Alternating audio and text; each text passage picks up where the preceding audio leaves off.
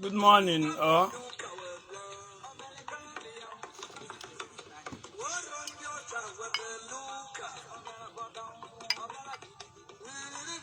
Look on our country and wine, no.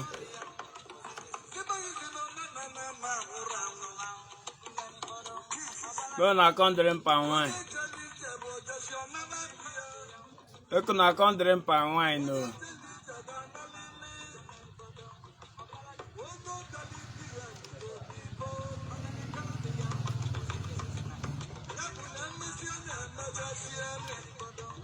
Good morning, everyone.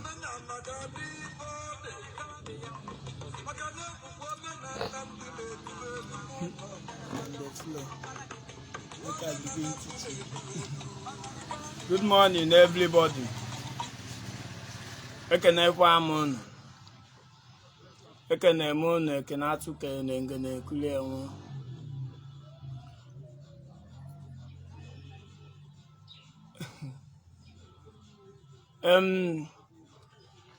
Actually, me here basalo. Yeah, some people now say no, but be here, Joe. No, bonjo. Abịa na n'Igbo n'ife emelu bụ alụ na mmehie. Ihe gbasara alụ ahụ bụ mgbe imere ihe megidere ana ma o mee ihe obodo na-asọ nsọ, ihe ọ bụ alụ ka ọ bụ. And ime ihe ahụ bụ alụ, gị na oge ya amakwa na imere alụ maka na asị na ọkụkọ nyụọ alụ a na-achụwa ya ọsọ. Now, Obu Abulonjo, Obu is not evil. Charm is not evil. Depends on your purpose of doing it and where you channel it to. Mgbe ị ga-alụ kpata akwụkwọ, mgbe dibịa kpatara akwụkwọ nchekwa like ihe amonsu ma ihe ndị ọzọ, nụọ ya, nụcha ya anụcha, wee kanye gị ya n'alụ. Wee kanye, dewe ya n'enu tebụl ahụ. Niempu where can you get an for protection against witches and wizards? Imala no bukob. Obu be obu. Kedife bob. Obu bumbalo na papu. Iye nature nkefte ka ọ na-alụrụ anyị ọlụ.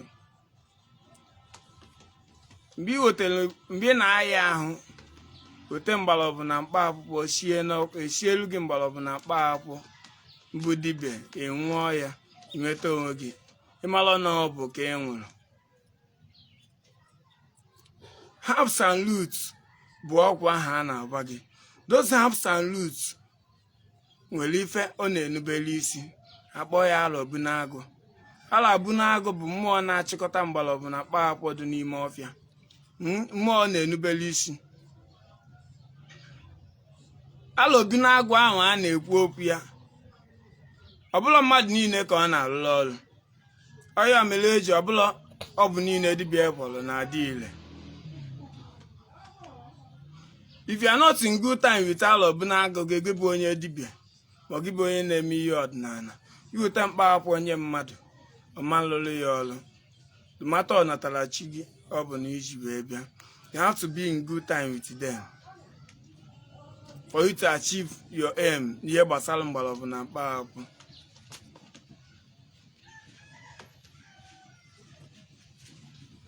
ọgwụ abụla ajọ ihe. Ebe ọgwụ ga-esi bụla ajọ ihe bụ mgbe i were ọgwụ ụbọ ka igbuo mmadụ ibe gị, ma mgbe ịbọrọ ọgwụ ka imechelu mmadụ ibe gị ụzọ. That is when it is bad. That is when nature will stand against you. That is when karma will be for you, because you want to harm your fellow human being. It is against mankind. Mana mgbe ịbọrọ ọgwụ ka ị gaa n'ilu na ọ bụla ka igbochi elu mmadụ ụzọ, maka asịrị akịdị gbaalụ nwunye di m. Ịbụ ọgwụ ka ị gaa n'ilu, mmadụ apụtasị gị that you sinned against humanity because na ịbọrọ ọgwụ ka ị gaa n'ilu. It's a big time lie. Ezigbo asị bụ ihe ọ bụ. That is having a Christian instinct in ọdịnala. Kedu ka onye si na ebe onye ọdịnala nga na-esi na-ekwu okwu na-emegide ọgwụ? Somebody gbosigo ọgwụ na-abịa na-emezicha hazicha ọmụ ya na-aga n'ilu, pụtazie na ịntanetị esi gị na ọgwụ bụ alụ. You will obey the person. Ị gete onye anwa ntị, ị na-ege onye anwa ntị, onye ahụ na-asọsidi gị nọ na-ata afụfụ. The person has cleared his way. Or say no sacrifice. What is sacrifice? Sacrifice is paying a special due for you to get something special to yourself.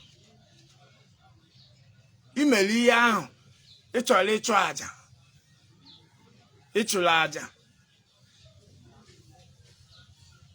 Na ndị Igbo anyị si na ya na-achụ aja ka ikpe na-ama ndị mmụọ. Ife ikpe ezi na-ama ndị mmụọ bụ na ya na-asị ọ bụ ịchụpụrụ aja ka i wee gaa n'ilu, mana ọ gaa n'ilu ekwela gị. Be sharing this video as you're watching. Now share, as you watch, be sharing. Aja kịta bụ iwetesa ihe mmụọ na-eli wee nye ya, si anyị chọrọ ka o melu gị ihe dị otu a. O melu gị na ihe enye ya ife dị otu a. Aja ka ị chọrọ. Mmụọ anwa kedu ka esi mee ya? Do you know how it's come about? Ọkwa ọgwụ agwụrụ agwọ debe ka ọ bụcha a na-efe ya ọ n'ịmalụ. Ị chọrọ ịza akpa, ịza akpa. Ị chọrọ ịza akụlụ, ịza akụlụ. Azasị na akpa akụlụ nọ mmadụ ka ị bụ. Coming to Facebook or any social media to criticize Obu, it means that you are hypocrites. Okay, check out the altar of those people telling you no Obu Boalo. Check out those people's altar. Check the altar for people who are said. If I am the team and down, into cinema bound. Obu Conongin. So now, Baggy Obu. Oh, finally, Kedife Jemia, Umbalobu and Papo Kejemia, which is Obu. Pabolobu and Papa Bobu. Bichikotalia, Wotenka, Tienanka, Sia Lologinka, or Lologi, Asana to Binile become Adibia. As to Binilegi, Lologi, or Lologi Yan, Emalona Obu cable. You will talk for you, Tabos, you will see endors and a tinia, Cobway deal. Malona will an Etienne of Fadile. He said, no, he will talk for the bed as soon as far. All of one album, well, of for Omunadi. Well, of four Ipunibe, my of Omona, my Yanine, my funding mini of Fongu, and a Kayaka, Kadian the Sunny me, I hate it, Lugi, or Fahunzia Lolo. What is inside there? Upon Balabun and Papa, Kadia Bumbalabun and Papa, Yabapa Noble. Then why are you being a hypocrite? You just like a mad equasin niano menana, more pasan niano menane, Bayano Noka, Sigin Papa Mad Balo. He has done his own part and he doesn't want you to do your own part. Is that not stupidity? And you follow the person because the person has made name or what? You are tying yourself down. Also get charge echi. If you don't do the necessary things, mgbe mmadụ bịakwute gị ịgbalị ya afa, ọ bụrụ na agwọla ajọ ọgwụ n'isi onye ahụ, ịgwọkwa ọgwụ mebi ọgwụ onye ahụ gwọrọ, ịmalụ na ọ bụ ka ọ bụ iji mebie ọgwụ bụ ka onye ahụ gaa n'ilu. You channel that your energy and that your supernatural power to a good way, not to harm people, not to do evil. Ihe niile ndị n'ụwa dị ụzọ ịbụọ enwere nwoke nwee nwaanyị, nwere ezigbo mmadụ nwee ajọ mmadụ. Somebody will come out tomorrow mbo si n'obu onye ọdịnala sị gị na ịbụ ọgwụ bụ ajọ ihe. O nwere ndị na-abụ ezigbo ọgwụ, nwee ndị na-abụ ajọ ọgwụ. Imiti edibie adị alụ ajọ ọlụ si ya na ihe chọrọ ka ọ lụọ gị, ọ sị gị no, I don't do such work. Gị ma mmitili dibịa ahụ ga na-asịkwa na onye dibịa amalife ọ na-eme, na ọmalife a na-alụ, na ọmalife ọ na-alụ, ọpa ịbọlụ gị ihe amịhe. Reputation ya, dignity akọ na-atara iko maintain. I know many people that have come to me to harm people. I don't do such. No matter the amount you want to pay me, I do my large all. Ihe ọbụla imelu ma imelu mma ma imelu njọ ma okwu ọnụ ma ihe ọbụla ekwuru has karma that follows it. Ikwujọ mmadụ n'ụwa, onye ahụ nwere ike ịba alịlị ga gbuo onwe ya. Karma follows you, nkwujọrọ onye ahụ. Na dibịa ibe gị na-abụ ọbụ ịmara abụọ, you criticize the dibịa, o gosi na ịmara ihe ị na-eme, si na abụọzi n'ọbụ, chụba aja, mebe nka. Nobody knows what you're doing beneath. Only onye ihe ị na-alụ underground. How do you come about? Esi na ị na-agba afa, you nwere ose na-abụ, ọbụla ọbụ bụ ifo ịbọlụ nwere ose na-abụ. How many of you nọ online bụ ihe mmalụ ndị use their natural ose? You are misleading others. You don't want them to know the facts about life. You want them to progress. You don't want them to progress. You are evil. You tell the person to depend on his chi, to depend on his maize. I've made a post some time ago that your maize need support. Na mgbe gboo bụ mmadụ mesịa abụ ọga ije abụ ọ pụọ njem no 7 years no how many years bata na-abịa n'ike na ebube buru ike. How many of you does it now? Imecha abụ n'ọlụ, you want manna to fall from heaven. It's not done like that. It's never done like that. Hapụ na ndị a na-emislead gị, ibulu onye dibịa imesili ọlụ ya upcoming. Go to the people that will tell you the truth. The truth is that your enemies cannot help themselves if you don't help them, if you don't give them support. Onye ọbụla chọrọ support, ma mmụọ ma mmadụ need the support. You have to support what you came into life with. Adị achụta ya na aja. Chụkwara aja site taa ruo 100 years. You remain where you are. You become a stagnant water. Ụfọdụ abịa sị gị na mmụọ ọbụla ihe ọbụla ịlụrụ nlili nkịta. Any sacrifice, anything that you do, nlili nkịta, no ajọ bụ ihe ahụ, he kills, he does this and that. What do you know about culture and tradition?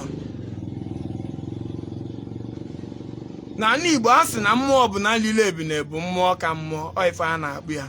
Mmụọ ọbụla nlili ebine elugi ihe onye ino kwesịrị iri.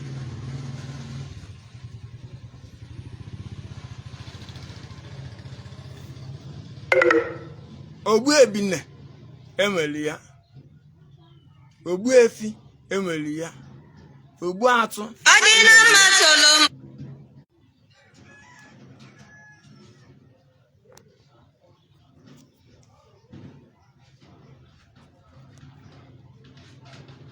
So why is people confusing you? If your culture and tradition does not permit dog, don't use dog and walk. You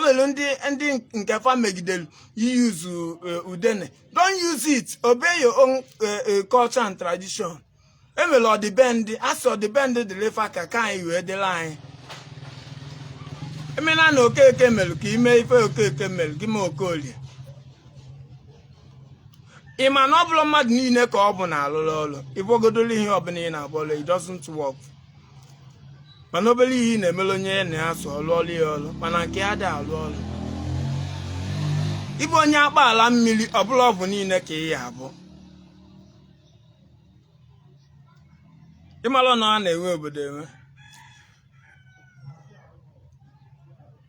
That you have connection with water does not mean that you come from water.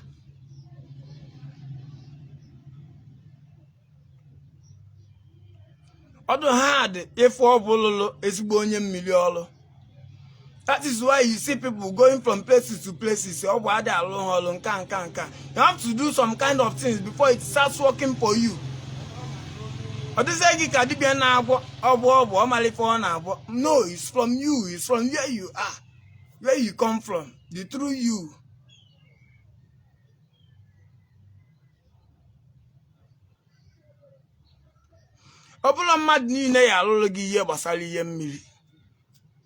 Yes. Before you go all on have you asked yourself? Have you asked other people? The hypocrisy in you will not allow you to know the fact because you just want to believe in what you hear on the air, which is damn lies.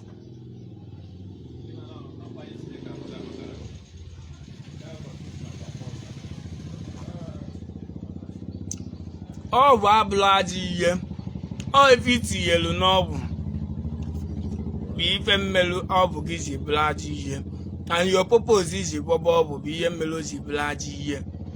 Be sharing this post, this live video as you're watching. Don't just watch and learn, don't be greedy. Greediness a bolu nebo.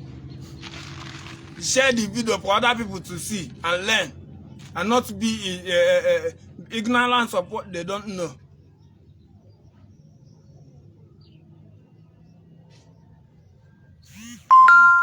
If all doesn't work for you, find out the purpose. Oh, well, na follow silolo. Can't you go find one you a guy galon get your man. You have to like separate yourself from Kahalosin to do a new one. When no go, well, no bit away. You have to separate yourself from men kagiche. You see, by niche.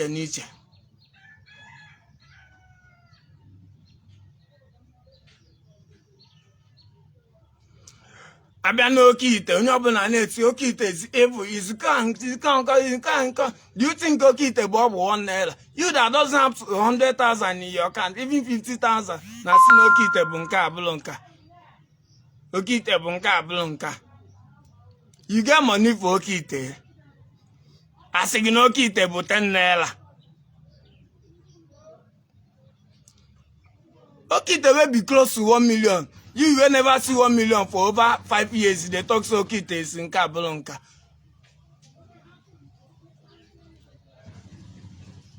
Are you normal? It is okay at all. You know, get shit to apply this car. You can't they talk say this car no fine. This car, this car. I don't like car. Car is short the pagima.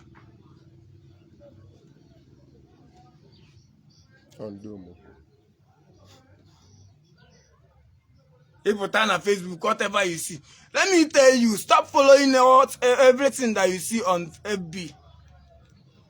It will lead you to what you don't know. Now, not every literal you see on Facebook that you do.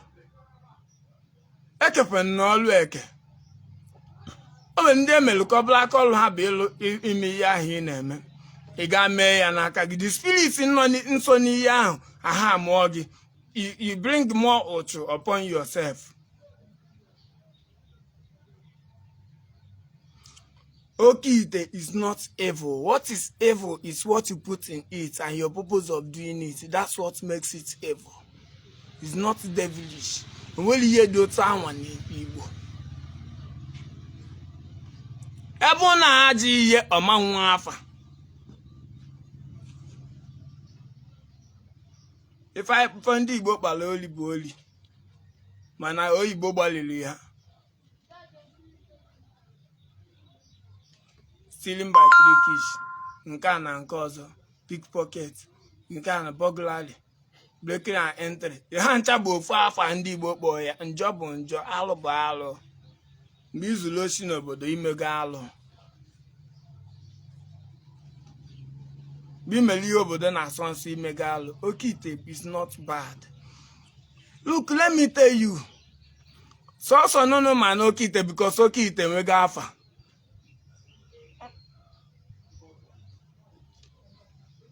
It's just like Nadangote, richest man in Africa, and didn't really go Kalia Liline, but he's made the name already, and nobody wants to contest. Only you will have time. You guys over now. No, you are richest. People will get money past Dangote plenty.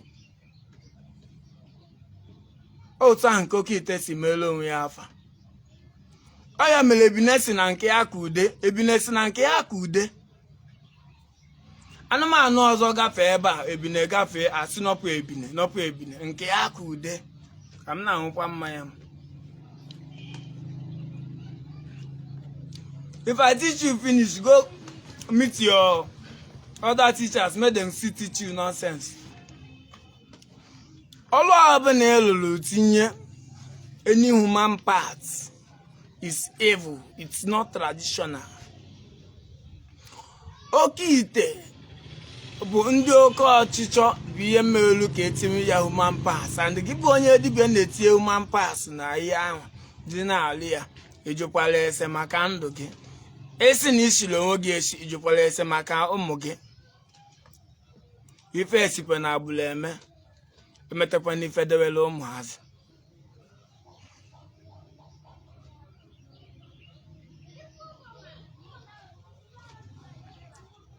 If you are coming live, be sharing. Achọrọkwa ndị mmiri abụọ. OKITE bụ ka ife na-agalụ gị nke ọma ezigbo ọbụ ka ọ bụ onye mgbọrọ ọbụ ka ọ na-agazi ya na-agazi dibịa ezigbo ọbụ ka ọ bụ. Mata ama echi. Mmadụ bịa de n'OKITE ya fụkwa onye mgbọrọ OKITE oyiwala owowo mmadụ omewe nka. Ebe everybody feed OKITE. Ihe nke OKITE alụ ọlụ elika. Ọbụla ọkwa na onye ọbụla ji ego igwe OKITE. Ihe ọbụla ọ sọrọ gị mee ya ijide ha mmụọ iweta ihe iji alụ ọlụ. Igwe ọgwụ ọbụla maintenance matters. Isi anyị ya na-enye ihe ya emont. Elu emont ifesi nye ya ihe. Ebe na ị na-alụ ọlụ ana salary ena. Ana-abụghị salary. Oge your boss apụlọ gị salary. You na-adị happy. You will never be happy. Ịmụ ụmụazị abụlọ problem. Ị na-eji ekwe ha na school ya azụkwa ha. You give them that parental training that they want. Many people will not like this. Eme na agakọwa na azụ. Yobo na akọ na asabi anything na dey talk na asabi. Ekwensu akaligo egwu. Yota em na egwu. Ekwensu akaligo egwu. Chee ka m mere gị ọkụkọ. Mgbe a na-abara agụ bụ n'azụ agụ. Adị aba ya n'iru ya.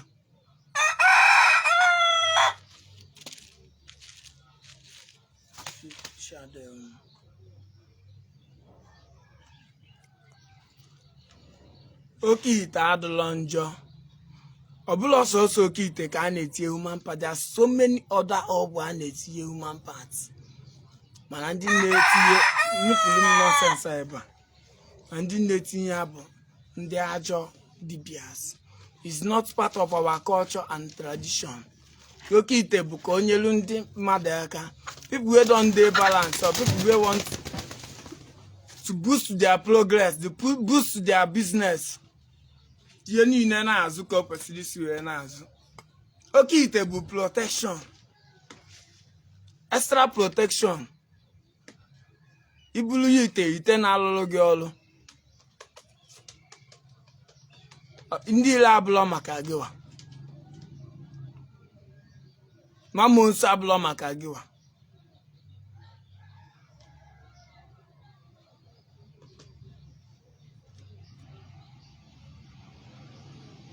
Ite bụ ite nchekwa na ite ọgam n'ilu. Ọzọ gị amalihe iji etinye na nke gị ozi ha amụwa gị. Isi na ị chọrọ ya ngwa ngwa. Itinye ihe itinyere ọha amụwa gị. And I believe that most of you people that put what is not ought to be put there bụ dibịa gbakwala gị sị gị na gị tinyekwu ihe a na ihe a ga-adịkwa otu a si ya tinye ya na nwere ihe na-eme na nwere ihe na-eme.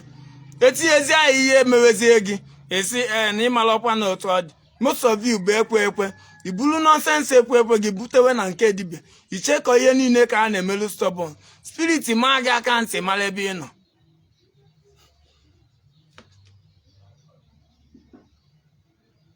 You get mind. When it begin happen, you go begin cry.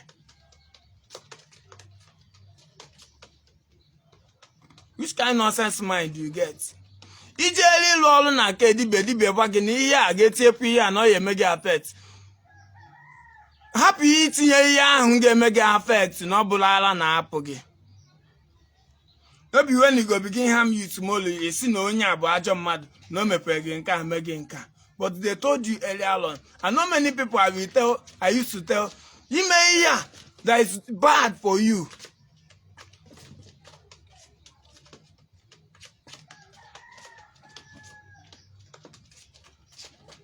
When you come say speak English, what you they talk about? You are even mannerless. You are telling me speak English, what you they talk about? You are not mannered. You don't know how to talk. You got to learn how to talk. Learn how to talk to people.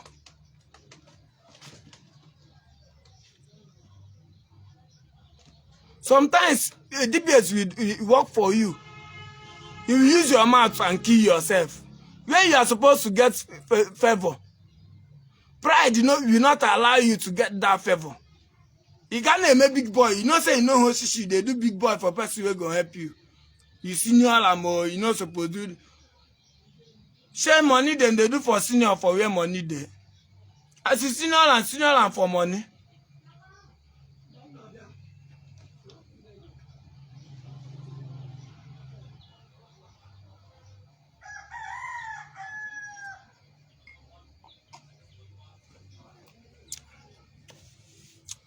Check block when you believe that. A block go when you believe that na my yeah.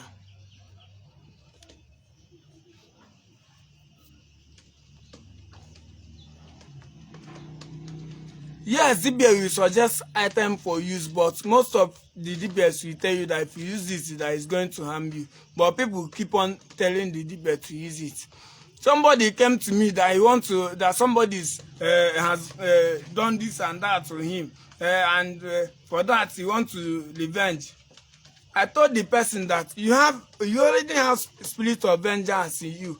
Allow the spirit in you to do the work. The person said no, that he must revenge. He must revenge. I tell him, say, allow the spirit to revenge for you. He insisted. I told him, if I should work for you for this vengeance, you have to hold the offer on your hand to prove that you are innocent of this and that you're not guilty and that this person has harmed you, has done bad to you. If you cannot hold the offer and say your prayers, I will not do this for you. If iji the offer n'aka na-agwa ajọ ọgwụ ahụ will backfire to you.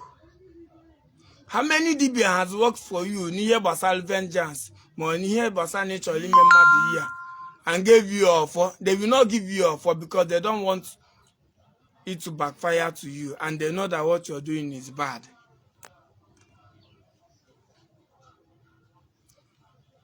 Charm is not evil. People that came to tradition with Christian instincts should perish that idea of saying that charm is evil. They should perish that idea. You cannot from Christianity and run into tradition. If that's one that charm is evil. That's what the Christendom used and brainwashed you that this charm is evil. Our forefathers left all their gods and embraced Christianity, and they were doomed.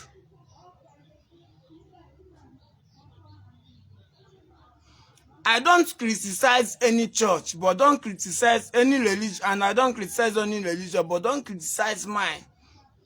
Because if you criticize mine, I'm going to tell you what you will not like. And what you will not like is the truth and facts about your own religion, which is evil.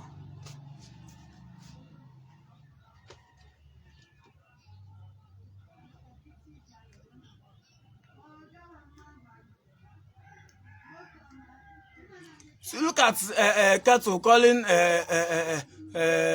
pot black pot.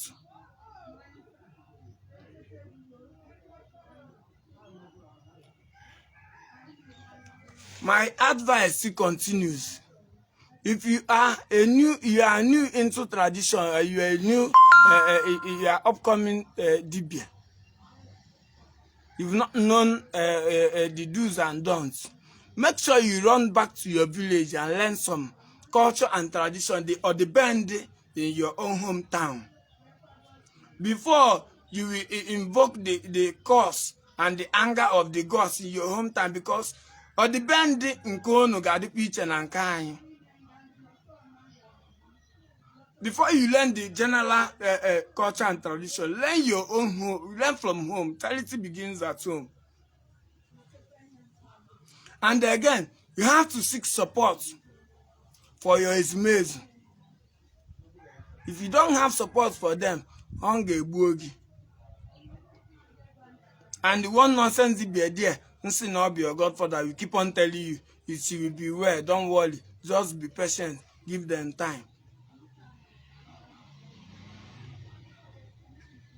Ijdogi bobo awele but not any yob number ye annual mad. Abono bob na game metuta mad, no open nature and wongo.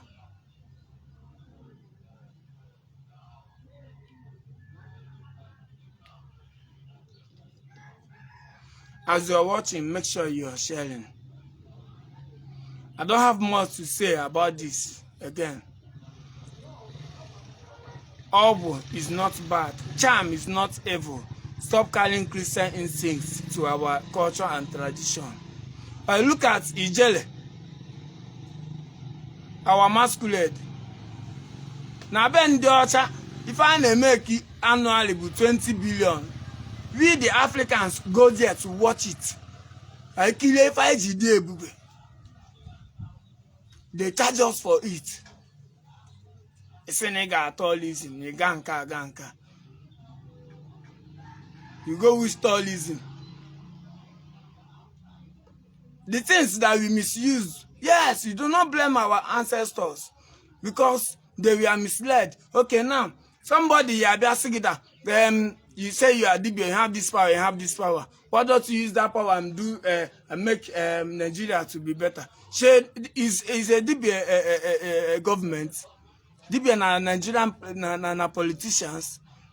Is it the work of Dibia to do construction and all that, infrastructure and all those ones?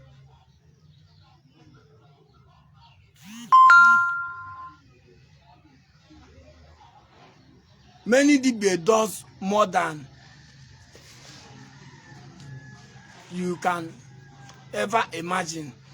Dibias are the most kind people on earth. No matter how good or bad the Dibia is, they are the most kind people. They are the most generous.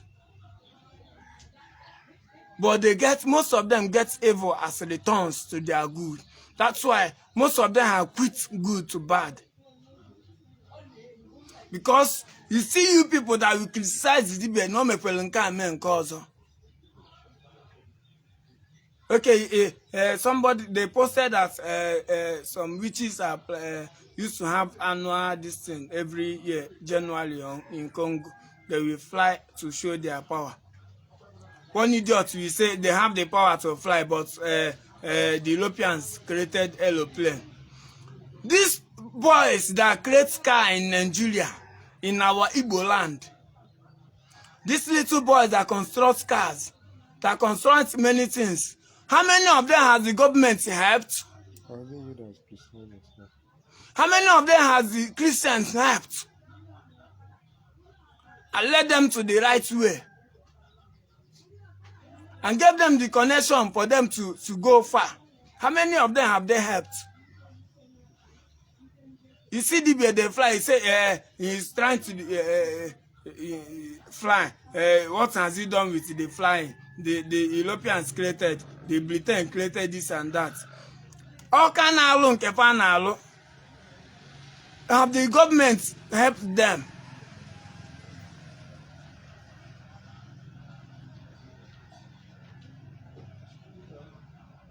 How many of them have they been helped? If I name a C-bomb promises,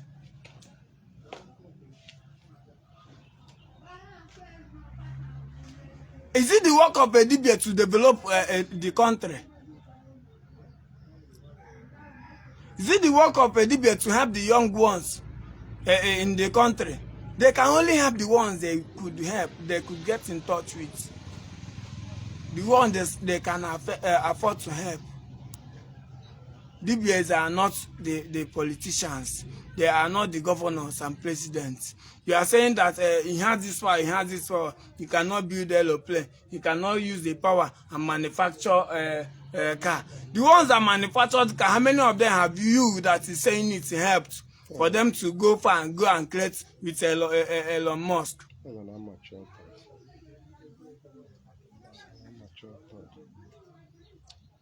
You carry your nonsense talk to they compare with Dibia. Can you do what a Dibia does?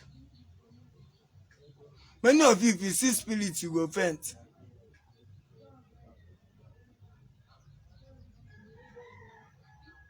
Stop carrying your spiritual instincts to culture and tradition. Nga happen never. A gazielu oke na gazielu nwanyị ndị forma na adị mma. OKITE adịlọ njọ. Ịbụ ọgwụ adịlọ njọ. Boy your up in a good way. Don't put what will come back and harm you. It's like a boomerang. Whatever you give to nature, it returns. They say it's forcing nature to do. Which kind of forcing nature? You that have pawpaw in your house, why don't you use that only stick or 4 stick as that is only necessary? Why did you put it things that will make it to be functional? Why did you put it things that will make it to be working for you perfectly? Is it not? Are you not forcing nature for the effort to work? Okay, you pray for a person and say the person must prosper. Okay, what of if nature don't want the person to prosper due to one thing or the other the person committed? Are you not forcing nature?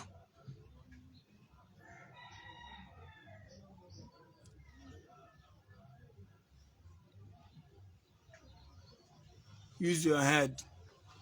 For the easy.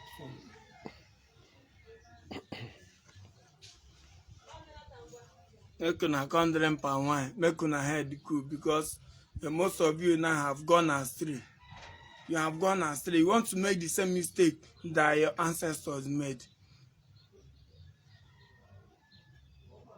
Okay, you that's onye ụka kita. Onye ụka adị asịkwa na eji mmadụ Bible. Pọ na asị bụ na oji mmadụ ọfọ bụ Christian language. Ọfọ bụ Christian times.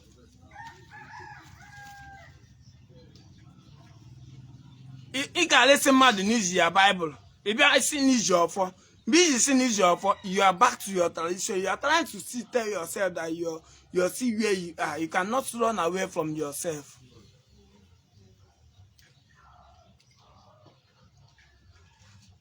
Look at the drink my pine wine. I know say the verse people. The vessel pastor they drink this palm wine. Or make a vessel now. Nonsense and ingredient teaching. Now, do not do every ritual you see on Facebook. Do not do every ritual you see. O nwere ndị nnefe alụsị na amalụ. Ọ bụ alụsị ahụ gwalụfa ha kwuo teaching na you go do the teaching. Initiate yourself for wetin you no know. Tomorrow night ikpọ mụ eze mmiri, you choke you, eze mmiri, you kill you, eze mmiri. Shebi na me say you go do nonsense ritual abi.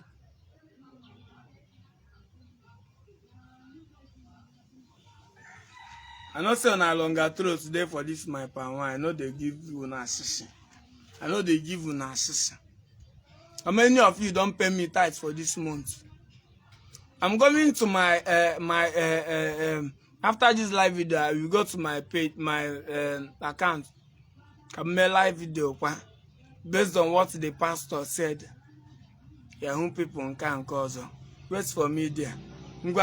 Make sure you share. If you no share and no near me, I know people will go rush my inbox when they ask me nonsense question. I not get that kind of time. I don't tolerate those shits. Can wap wound. Makade ame onicha gwala obosi. Agazi alone ndi ọma dị mma oblọpa ndị ọma na dị njọ. Sometimes she onwe m try drop before I leave. Sometimes oblo mmadụ niile bụ ihe nga agọlụ gị ọfọ. Onwere ndị ya na agọlụ gị ọfọ n'enu ọnụ, but their heart is filled with evil. Ọfọ ha ma lelo gị. It takes a cleansed and pure heart for idology ile. Oyo meleji si ofodi ile. Mo biga adụla ọcha ofoga mandi ile.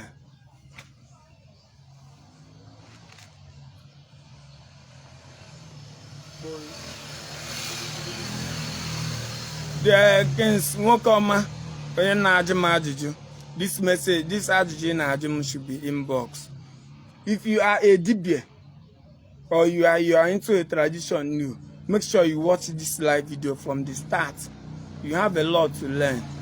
Don't be misled. Not be every of your godfather wants you to go far. Many of them, they carry your own power, they support themselves. They tell you, say, it will be well. I promise you go better. Nothing go, shishi no go better. They don't carry the one way you they manage. Shishi no remain for you.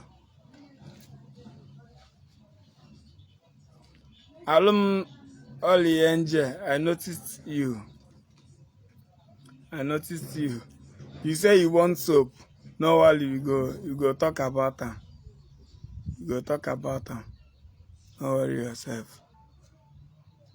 Ya gazielo no ngwan ka ọ dịkwa ka anyị afụlọ. Ọ ka bụkwa